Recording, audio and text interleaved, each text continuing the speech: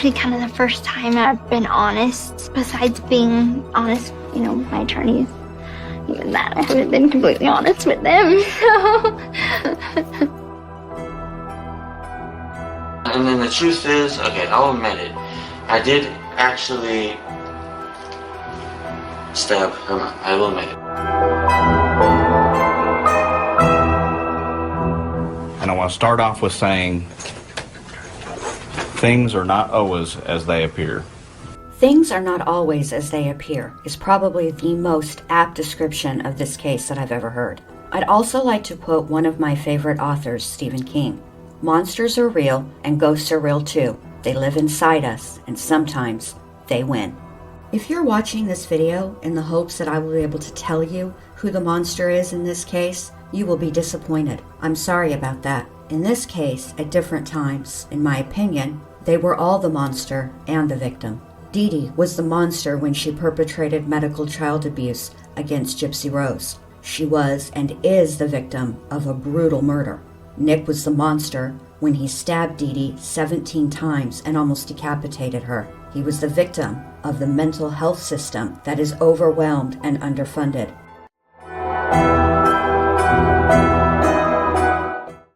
Gypsy was the monster when she planned and helped to carry out her mother's brutal murder. She was also the victim of her mother's need for attention, fear of being alone, and ultimately Dee Dee's greed when she defrauded the government and the kind, generous people who only wanted to help what they believed to be was a very sick child. I want to be clear. The times when Dee Dee, Gypsy, and Nick were the monster does not negate them being victims. This case isn't black and white. There are many shades of gray, and often more questions than answers.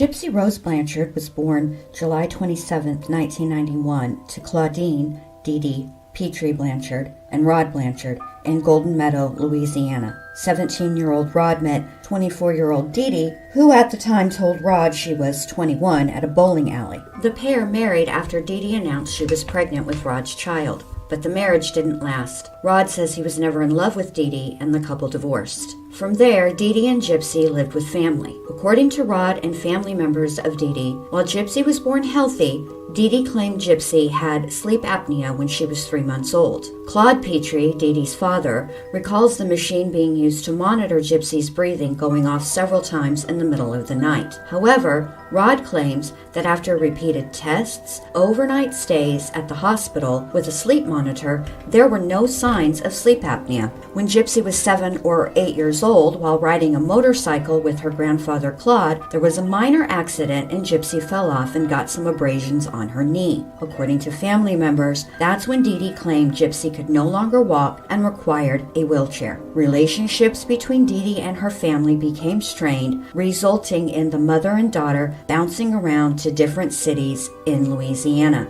Eventually, the pair landed in New Orleans in 2005. In August 2005, Dee Dee and Gypsy evacuated New Orleans and headed to a shelter in Covington ahead of Hurricane Katrina.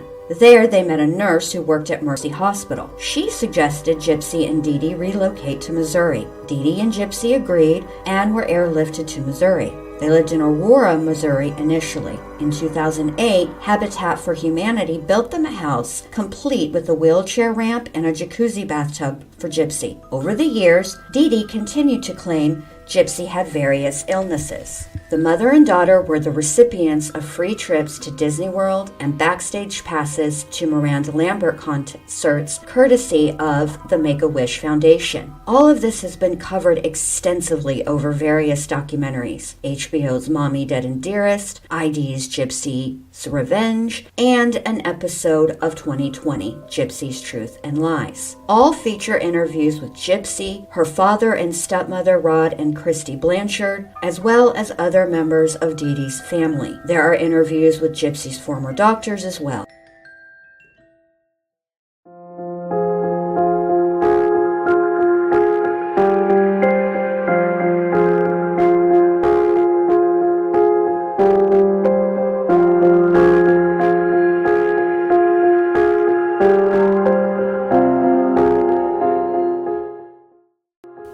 Nicholas Paul Godejohn was born May 20th, 1989 in Wisconsin to parents Bobby and Stephanie. Not much is known about Nick's childhood and family life. Bobby Godejohn and Stephanie had a tumultuous relationship and the couple split up. Stephanie married Charles Goldammer in 2008 and they had a son together. Bobby Godejohn says that Nick was diagnosed with autism in elementary school. Nick reports that he was in special education from elementary through high school. It seems Nick spent a lot of time online playing Sims. He also spent time with his cousin Ricky, who uploaded these videos of Nick listening and talking about his favorite band, Trivium, to YouTube March 22nd, 2012. One thing that everyone agrees on is that Nick was a loner. In an interview for the episode Killer Couples, Gypsy Rose and Nick, A Love to Kill For, Nick states, quote, "I was basically a good description of a recluse. I kept to myself. The reason I kept to myself is because I didn't really have the social skills." After Nick was convicted in 2018, he reported that he and his mother no longer communicate. Sadly, Stephanie Goldammer passed away on June 13th, 2021.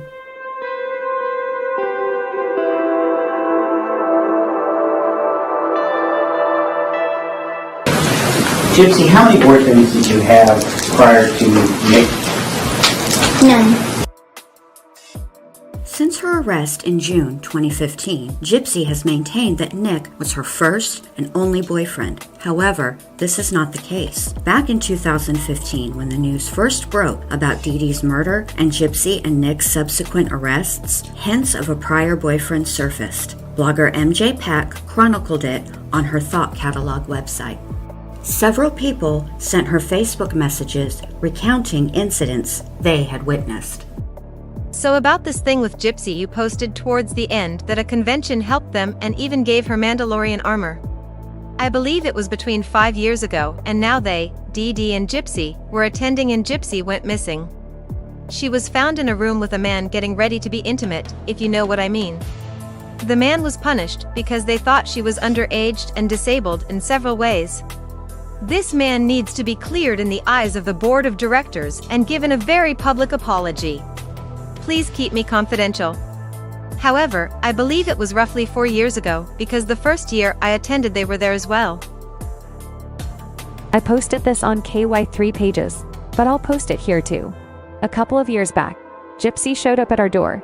We live right down the road from where she lived. Late in the night, and begged my husband to give her a ride to Mercy Yard to check on her boyfriend who had gotten beat up. My husband gave her a ride, and he said she talked about Hurricane Katrina and how they landed here. But she was walking and talking fine when she showed up at our door. She was wearing a long wig, and he remembers her childlike voice. My husband said she was frantic to get to Mercy, and now we wonder if this was a runaway attempt from her mother. My husband immediately recognized her from the pictures posted online, and it totally freaks us out because they lived so close to us. Hello. I wanted to talk to you about Gypsy. Absolutely, what's up? The lady talking about Gypsy coming to her door for a ride. I know who she was going to visit. Really? A boyfriend, as previously speculated. I used to help with local redacted that Gypsy and Dee Dee attended. Gypsy and this man met there. She told him she was older than everyone thought and that her real birth certificate showed her being 18. I don't know if anything physical happened, but they were talking about dating. And this was behind Dee Dee's back, I'd assume? Yes. From what I know, Gypsy waited till Dee Dee took her sleep meds to sneak out. She took money with her and a bottle of Vicodin. Wow. Any details you feel comfortable sharing about this guy? Age, etc.? Just anything that would be relevant to the story, nothing too personal. We helped get Gypsy back, believing she was underage. At that time, there were 2 birth certificates, one with her true age on it, but we were led to believe it was a typo due to Hurricane Katrina. Dee Dee said it was because everyone was asking for their birth certificates. He was in his 30s.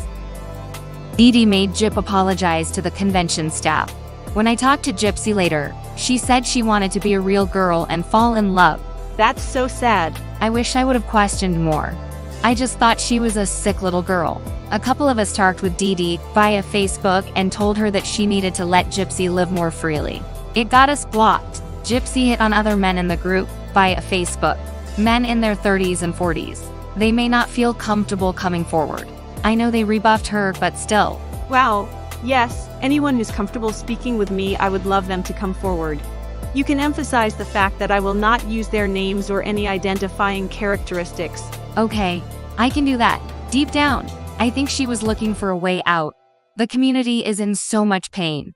I'm hoping by doing this it can help the healing process.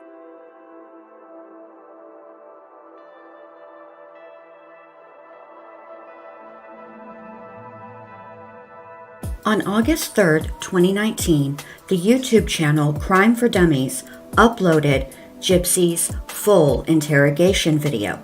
On August 9th, 2019, Nick's full interrogation video was uploaded to the channel. Gypsy and Nick both mentioned Dan in their interrogations. God, since I only know like 3 numbers offhand. Yes, I don't know as many as I should, that's for sure.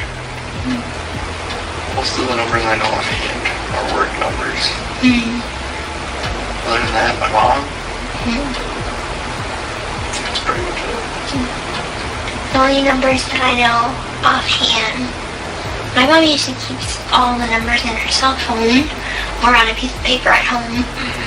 And the only ones that I know are my mom's number, Nick's number that just got arrested, and my friend Dan's number, but we're not on good speaking terms. So I apologize to everyone. Everyone except for Dan. Dan's the only one I would not apologize to. Apparently she decided to just go with it. Like, screw it. In January 2018, Nick gave an interview to a local news station while in jail awaiting trial. He references an older man that Gypsy was infatuated with who is still controlling her. It's this interview that piqued my interest. Yep. Since she had warned me that she's tried it twice before, and she's only mentioned one of those times in the media. The other, apparently she almost got close to killing her mother, but however, she couldn't do it. She was attempting to do it mainly for someone that she had an infatuation with, and, well, she found out later that it was just infatuation, but yet the person keeps using her to this day, so yeah, it's very sad. During Nick's trial in November 2018, text messages between Nick and Gypsy that were sent in the weeks and days leading up to their crime were read in court. There was a text conversation on June 6th that caught my attention. Honey, I was wondering, say I wanted to have sex with a guy before leaving town, could I? It's just a curious question, lol. Okay, so I know you're territorial, but I'm being tempted, sexually. He agreed to meet up. We are gonna get coffee at this cupcake place Thursday, so that will close that. It's a public place, so it's all good, hun. Dear, still I told. I'll be around in the area to make sure he don't do anything, and you have to accept that. Okay, darling. In the spring of 2019, 2 of my friends who communicated with Nick asked him who he was referring to in this interview. Nick responded with a name: Dan. Gypsy was released from prison after serving 8.5 years on December 28, 2023. Lifetime aired a special called The Prison Confessions of Gypsy Rose Blanchard. This is the first time she has publicly named Dan. And I guess I should feel some sort of closure, but I don't. Instead, I'm even more confused. You may choose to view this latest confession as yet another example of Gypsy lying. She did lie under oath when she said no when asked if she'd had a boyfriend prior to Nick. Or you may choose to view it as an example of Gypsy's desperation to get away from her mother. In truth, for me, both are true. However, the bigger, more important questions are, if all of these people knew Gypsy could walk, why didn't any of them speak up? And if this murder was motivated by a young woman desperate to escape her mother who allegedly had Munchausen syndrome by proxy, why were there so many people who witnessed Gypsy walking in the first place? After the Dan debacle, according to Gypsy, Dee Dee was furious. Over the years, Gypsy has recounted what occurred between the mother and daughter in the wake of Gypsy's escape attempt. First, in 2017's Mommy Dead and Dearest, then November 2018's Gypsy's Revenge, and finally, December 2018's Gypsy's Truth and Lies. The consequences she allegedly suffered at the hands of her mother were being tied to the bed with a dog leash and handcuffs, being hit with coat hangers, as well as being slapped. Gypsy also says she was starved and that Dee Dee attached bells to the doors in the house to thwart any further attempts at escape. All of this lasted about 2 weeks before Gypsy said she was able to convince her mother to trust her again. It's in Lifetime's The Prison Confessions of Gypsy Rose Blanchard that Gypsy provides further details surrounding the escape and subsequent aftermath. According to Gypsy, she, quote, stole my mother's cell phone from her purse after Dee Dee had taken her prescription sleep medication. She received a text from Dan that read, "Can tonight be the night that we run away together?" Gypsy says she packed a bag of costumes because she, quote, didn't have any real clothes, and put on a blonde wig so she wouldn't be recognized. Next, she stole her mom's pain pills and cash and left a runaway note. According to Gypsy, the note informed her mother that she knew she was 19, not 15, as Dee Dee allegedly told her, and that she, quote, wanted to live her own life as an independent woman. She also wrote that she loved her mom, but that it was, quote, time to spread my wings and fly. With that, Gypsy left through the back door. When Gypsy arrived at Dan's friend's house, Dan informed her that he was on parole and couldn't leave the state. Gypsy says her first reaction was, quote, oh my God, she's going to find me. Around 4 a.m., Dee Dee wakes up and sees Gypsy isn't there. Gypsy says that as Dee Dee is looking around the house, she finds Gypsy's cell phone that had, quote, fallen out of my backpack. Looking through Gypsy's phone, Dee Dee sees the messages between Gypsy and Dan. This part confused me. If Gypsy had a phone, why did she steal her mom's phone to text Dan in the first place? Anyway, the next part you already know. Dee Dee starts calling mutual friends and eventually locates Gypsy with Dan. So Dee Dee shows up to collect Gypsy. Apparently it's about 8 in the morning, which at first I thought 4 hours seems like a long time to figure out where Gypsy is when her location was in the phone Gypsy left behind. And second of all, why didn't Dee Dee just text or call Dan? So here comes Dee Dee and Gypsy sits up and, quote, the first thing I say to her is, I know I'm 19 and I can be here if I want to. Dee Dee responds with, quote, where are my pills? Gypsy returns the pills. Dee Dee asks, where's the money? And Gypsy gives the money back. According to Gypsy, she stole, quote, about $1,000 from her mother's wallet. Dee Dee and Gypsy go out on the porch to talk privately. Dee Dee promises that Gypsy can see Dan if she comes home with her. Gypsy agrees. Now at this point, I'm wondering several things. Number one, this is quite a departure from the confrontation mentioned by a witness. Number two, during this powwow on the porch, the wheelchair is never mentioned by anyone at all. In fact, in every single retelling of this event, Dee Dee never scolds Gypsy for walking in front of people who up until this point believed she required the use of a wheelchair. Instead, according to Gypsy, they drive to a Staples store. Dee Dee gets out of the car and goes inside. When she returns, she produces Gypsy's birth certificate with her birth year amended to 1995, making her 15. According to Beatrice Yorker, JDRN, it makes perfect sense that Gypsy left with Dee Dee and believed that she was 15, because Gypsy likely has Stockholm Syndrome. I don't know if Gypsy had Stockholm Syndrome or not. I'm not qualified to make that determination. However, it does make sense. What doesn't make sense is the part where nobody talks about the witnesses at the house who now know Gypsy can walk. And there doesn't seem to be any conversation between Gypsy and Dee Dee about doing some sort of damage control. Once they were back home, Dee Dee smashed Gypsy's phone and computer. Gypsy says she was also chained to the bed with a dog leash and handcuffs. Gypsy said this lasted for about 2 weeks. According to Gypsy, this is also when the physical abuse began. Gypsy also recalls this is when Dee Dee began sleeping with a knife next to her on the bedside table. Dee Dee used the knife to threaten Gypsy into never running away again. Gypsy says at this point it became clear that, quote, it was either her or me.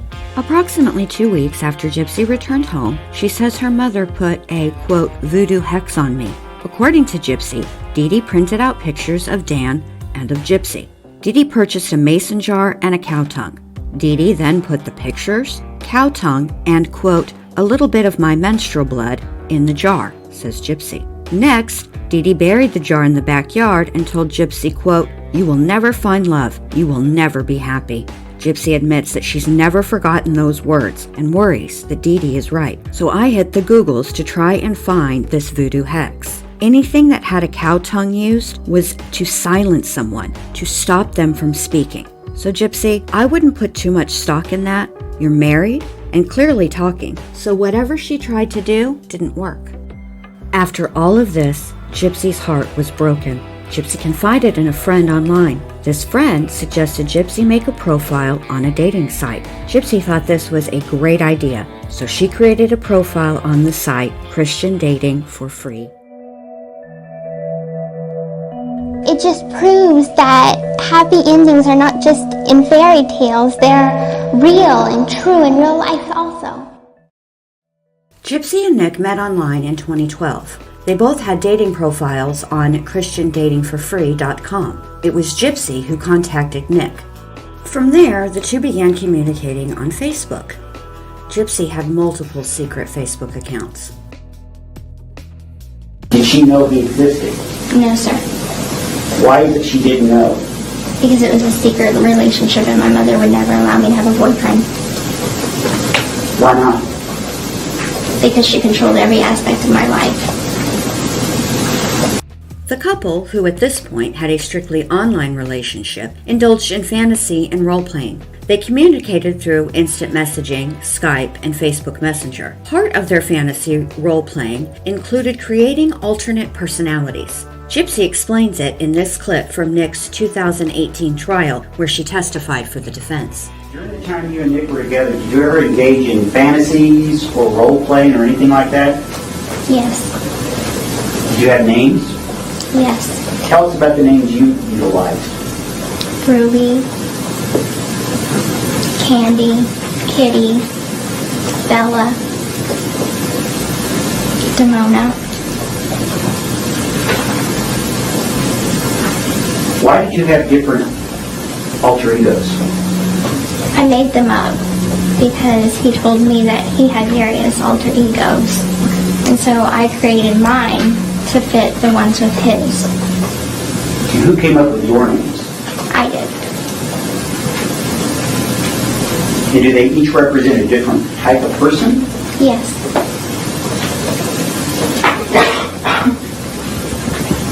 Was this real? It was fantasy. Who is Demona? I only use the one card that I have over you. Gypsy, I only use the one card that I have over you. Gypsy. She's a character that I came up with. And what was the character? She's half werewolf and half human. Who is Kitty? She's like a childlike girl. Ruby? She's my evil side. What about Candy? She's more of the slutty side of me. Did you also have wigs? Yes. And why did you have wigs? To change the different hair colors of the characters, and because I didn't have any hair at the time. And why did you not have hair? My mother would shave off my hair and tell people I had cancer. Nick also had names for his personalities. In this clip from his January 2018 jail interview, he explains. I barely knew anything about that part of me until, well, what happened. I mean, the first time was aware of it and it freaked me out was me being around 14, 15 years old, and I seen a glimpse of something in my eye, and I didn't know what it was. It was just like a glimpse of something in my eye, and then I felt as if, what do you call it? A dreadful like feeling came upon me, as if something wasn't right, and it was almost like whatever it was that I noticed in my eye, it was almost like something knowing and letting me know that I was to be aware of it being around. And at the time, it was just a dreadful feeling that I didn't understand because I was so young. But uh, I basically tried to get Gypsy to be willing to explore that part of me for me to understand it better without uh, letting it get out of control. And then she, instead of just explored it in a like conditioned way to where it wouldn't be out of control, she ended up taking advantage of it. So, uh, yeah, she ended up angering it more and more with basically provoking it that it wouldn't do certain things and so forth. Obviously, she created these perfect personalities that would attract me to her and keep her basically to where she didn't have to worry about me being disinterested at some point. And she kept my attention creating all these things, and it's unfortunate because who knows if they're all real. Till this day, I'm not fully sure they. When did you tell Nick about the wheelchair? That you being in a wheelchair? I think maybe a month or so after we met. When did you tell Nick that you didn't need to be in a wheelchair? A year into our relationship. Were you ill during this period of time? No, sir. Did you ever tell Nick that you were ill or that you had illnesses? I told him that I had illnesses, yes, sir. Did you ever tell him that you really weren't ill? Yes, sir. When did you tell him you really weren't ill? The same time that I told him that I didn't need to be in the wheelchair. And when did you figure out that you weren't actually sick? I started to piece things together when I was about 19 years old. Then I didn't understand the full extent of how healthy I was until after I got arrested.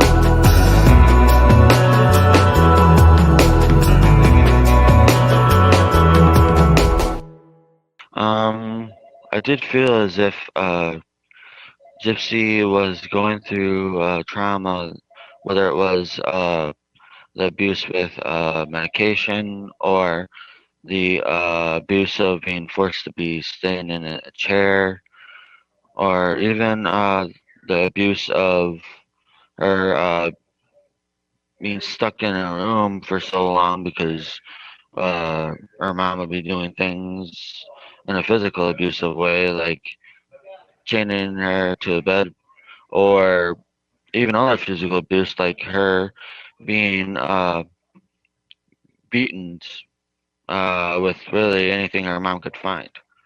And all this stuff I felt shouldn't transpire. I felt like as if, unfortunately, I didn't think anyone would come to her call. And if she tried to go to the police, they would have, due to the way that her mom was making her betray it to look as, she would have basically looked as a lunatic that no one would believe due to what her mom would be putting in everyone else's head. So she felt like it was a non-escapable path upon it, and she needed someone to understand her enough to be willing to basically risk their life for her, which it's unfortunate that that had to go the way it did, because originally I wanted to just run away with her, but she kept on persisting on this alternative thing that really didn't seem to pan out in the way that it never was obviously meant to. Yeah. What about marriage? Did you and Nick ever talk about marriage? Yes. Did you and your mother ever discuss whether or not you'd be able to get married someday? Yes. What did she tell you? She said that she wouldn't allow it. In Louisiana, it's you get married, or you're born, you grow up, you get married, you have kids, and it starts all over again. And that's pretty much how hillbillies are too. Yeah. And my mom was supposed to marry someone else to benefit the company of a shrimping boat, because my mom worked on a shrimping boat with her dad, and it's just a tradition that a lot of Cajans pass on to their kids. And instead she met my dad, and anyway, she said that the guy she was supposed to marry's son and her daughter, me, was supposed to get married and make a union to benefit a company to stronger the shrimping business, make it more profitable. But I moved away, so I'm like, no arranged marriage. Did you do anything to prepare for having children with Nick? Yes. What'd you do? I stole baby clothes and things for a child. And how would you steal baby clothes? I was in the wheelchair, so I would steal them from Walmart.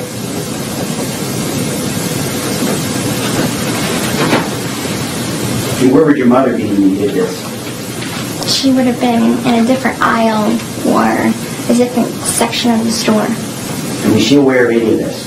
No, sir. As for the illnesses part, I found that out almost shortly after me and her first started talking on Facebook, which went from a Christian dating site known as ChristianDatingForFree.com, and we were on there for maybe a few days, and then went from there to, next thing you know, Facebook. And it's really weird because I went from just trying to get to know her on one site to being willing to pretty much open myself up like a full open book, to where once we got to the other one, and I'm still confused on why that happened that way, but it did.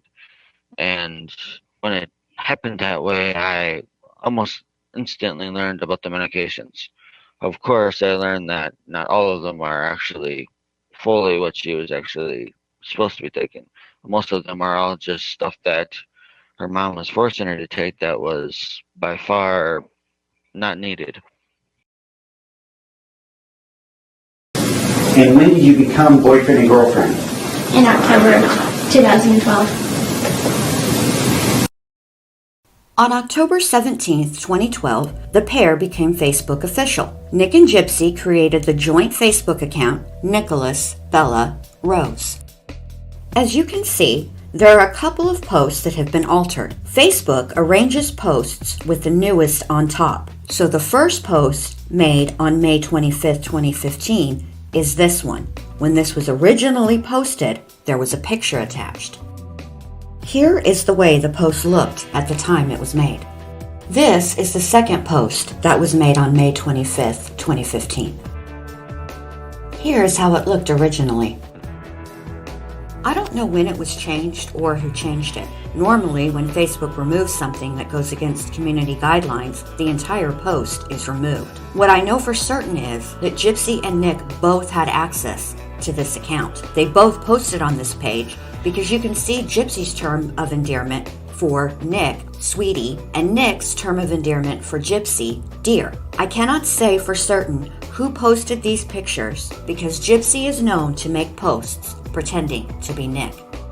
After Nick and Gypsy were arrested, Greene County filed for a search warrant requesting information on all the Facebook accounts related to both of them. In July 2015, authorities received 7 files of information related to Facebook accounts, according to an article posted online from Springfield News Leader. The article goes on to list several of the accounts included in the search warrant: Nicholas Godejohn, Nicholas Bella Rose, Snow Gypsy Blanchard, Gypsy's Trip, Praying for Dee Dee and Gypsy, Bella Rose, and Gypsy Rose. Authorities didn't stop there. They also requested information on any other Facebook accounts associated with the 5 email addresses Gypsy was known to have. According to the article, Nick told investigators Gypsy had so many Facebook accounts, he couldn't remember all of them.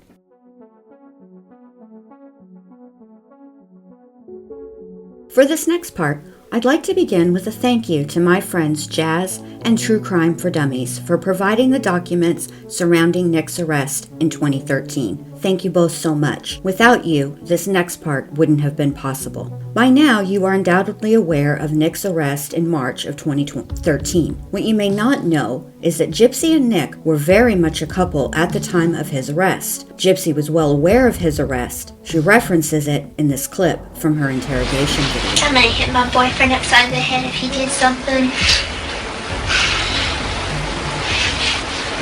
He got arrested back last year for watching porn at a McDonald's. I told him never do that again. Why did you do that? That's an odd thing. He sure got an earful from me. I approached the subject, identified myself as a law enforcement officer, and requested that I speak with the subject away from other patrons inside the business. At this time, the subject was identified by Wisconsin photo identification card as Nicholas Godejohn. I asked Godejohn if he knew why we were at the business and why we were speaking with him. He stated that he was aware. He indicated that he was caught by the manager viewing some inappropriate materials on his computer and he was asked to leave. When I asked why he did not leave when the manager asked him to, he replied that he wanted to wait until his software program updated because he does not have internet at his house. Godejohn appeared to be very nervous, as his hands were shaking vigorously and his speech was very slow and stumbled at times. I asked Godejohn how he got to this business and he stated he walked. He indicated that he lived on Cleveland Avenue, which is approximately 1 mile from this location. On March 11, 2013, around 11 a.m. I started my shift at McDonald's. I saw a white male with a beard, black running pants and a red hooded jacket, sitting in the lobby in a corner booth. He was on his laptop computer. He is here every day that I work. I was advised by another employee that he had been here since 10:30 a.m. The male was in the store the entire time I worked today. Around 7:05 p.m. I walked outside the front door to go to my car because at 6:55 p.m. a customer had complained about the stated male watching adult videos on his laptop computer while inside the store. I went outside to see if I could view the male's laptop myself, and as I walked out the front door I saw the male watching adult videos on his computer. As I went outside, I then watched the male from the sidewalk in front of the store, which is a public area, and he was still watching adult videos. The more I saw the male both inside the restaurant and outside the restaurant, anybody could view what the male was watching. It is against restaurant policy to view those types of materials while in our restaurant. The male was clearly visible to any of the public by where he was sitting. I came back inside the store around 7:10 p.m. and observed the male still watching the movies. I was at the front counter of the restaurant at that time and I was continually watching him. As I was watching him and standing over by the milkshake machine, I could see that the male had his left hand down his pants and I believed that he was self-gratifying. You could see his wrist and pants moving in a motion that would lead me to believe that he was self-gratifying. Around 7:14 p.m. right when we called the police, I approached the male and advised him that I wanted him to leave the store immediately. As I did this, the male became argumentative with me and told me that he could not leave right now because he was doing a software update on his computer. I walked away from him and went back behind the counter as he got up and followed me. He continued to argue with me and I told him again that he needed to leave immediately. My other manager, Jamie, also told him that if he didn't leave she was going to call the police. The male then walked away from the counter and went back to the booth where his computer was and he sat down and continued doing stuff on his computer. We had already called the police at this point and they showed up shortly after and contacted the male. I, along with my store, McDonald's, wish to file a complaint for this incident. I also do not want the mail back here at my store ever. I am a shift manager for the store. I asked Goda John what time he arrived at the business and he indicated at 10:30 in the morning. Note that this was almost 9 hours after he initially arrived at the restaurant. When this happened in 2013, a local news station aired the story. The way the newscaster said the title of the story led people to believe that Goda John was inside McDonald's self-gratifying for 9 hours. The incident report makes it clear that this was not the case. Nick was inside McDonald's for 9 hours. I asked Goda John if this is common for him to come to the restaurant and stay for this period of time, and he stated yes. He stated that he has gone to the library before, but they do not allow persons to view inappropriate material on their computers, so he does not go there. I asked Goda John why he was viewing inappropriate material on his computer at the business, and he stated that he was on Facebook talking with other friends, and his mind began to wander and he began to investigate other websites. He stated, "It is just common for the human mind to want to explore other things." At that time, he began to view an adult website. He stated that he did not think anyone saw him because every time someone would walk by, he would lower the monitor on his laptop so no one would see. I asked him if he thought it was appropriate for him to be watching this type of material at a business where small children and families have come to, and he stated no. Probably not. While speaking with Goda John, I asked him if he had any weapons on his person, and he stated, yes. During this time, he indicated that he had a knife located in his front left pants pocket. Officer Weston retrieved a folding knife from Goda John's front left pocket. Goda John told me that he had the knife on his person only for protection. I asked Goda John if he had a concealed carry permit on his person or had one at all, and he indicated no. He told me that he did not know he needed one. He also indicated that he is a good person and he is surprised that he would need one for being such a good person. He also stated that he bought this knife at a garage sale and thought it was fine for him to carry around for protection. This folding knife had a blade of approximately 3¼ inches long with a 4-inch handle on it.